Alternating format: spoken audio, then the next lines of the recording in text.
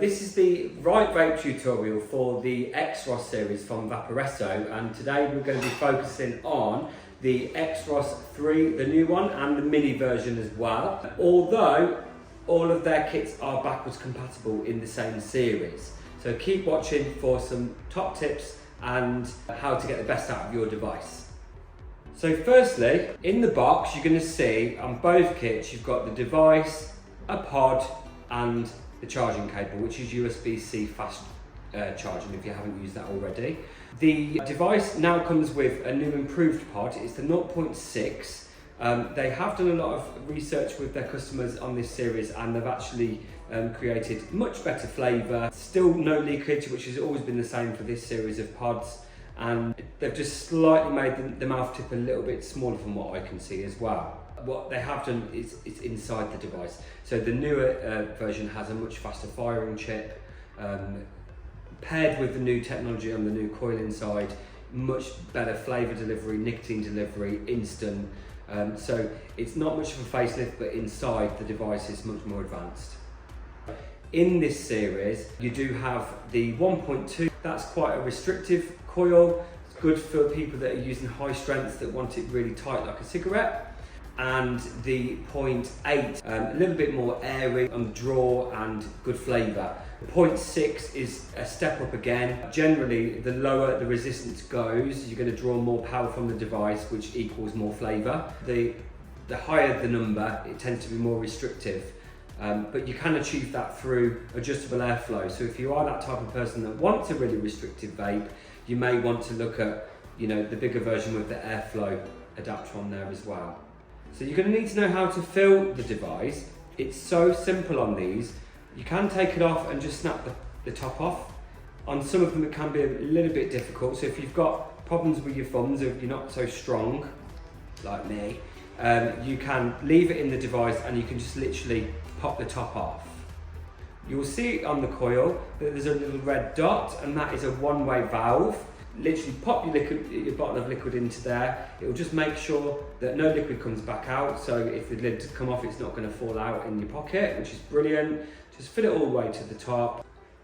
Just remember, when it's a brand new coil out of the box, that you don't want to fill it and use it straight away, because if you didn't know, inside that metal chamber in the middle, there's some cotton wrapped around the coil mechanism, and that cotton is the bit that helps it vaporize.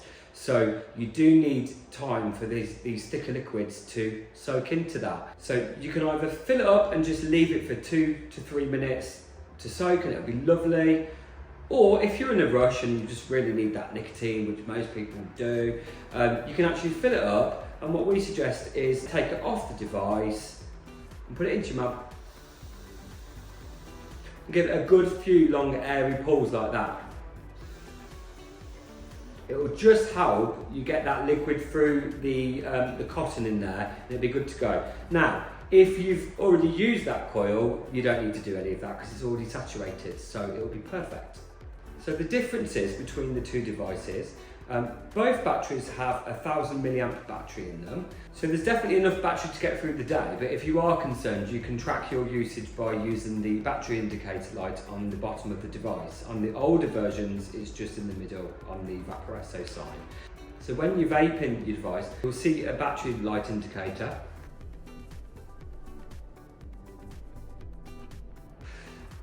And that will change throughout the life of the battery. So green is full, blue is in the mid stage, and red is low stage. You need to charge it. And that light is exactly the same. When it's on charge, it goes backwards to tell you where it is at the charging stage. And at the end of the charge, it will flash about 10 times and go off. Then you know it's full. Don't overcharge them. It's quite safe, but all you're going to do is shrink the lithium in the battery, and you'll end up replacing the devices much quicker. So if you are using the bigger version, then you'll notice the button on there. That button is the on-off button, so you don't have to switch it off. It's probably not going to go in your pocket, but if you've got children around you, if you want to use that feature, you can, and it's 1, 2, 3, 4, 5 to switch the device off really quick. 1, 2, 3, 4, 5, back on. Some people like to use the button, it's just part of their process of vaping, but you don't have to use it. It's still got the drawer activation on there as well. The other main feature on the bigger device is the airflow adjuster. So on this one, you slide it more towards the right to get it a bit tighter. So the more open that device is, you're going to have to draw harder on the automatic unless you're using the button. The tighter it is, you'll just feel it's more engaged with the automatic process, and it'll feel more restrictive when you're using it.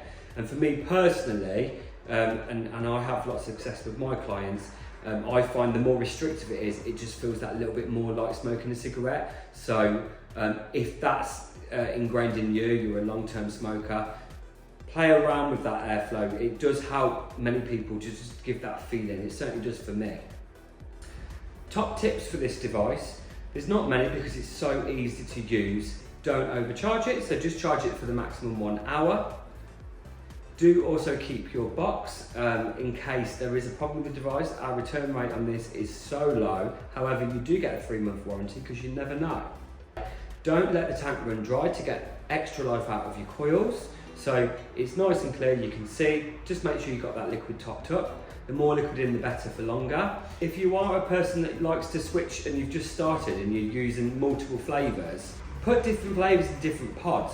They don't leak. You can leave that for weeks and we know that there's going to be no leakage. And final top tip for coil life in general. I know we think that these things will run forever, they won't.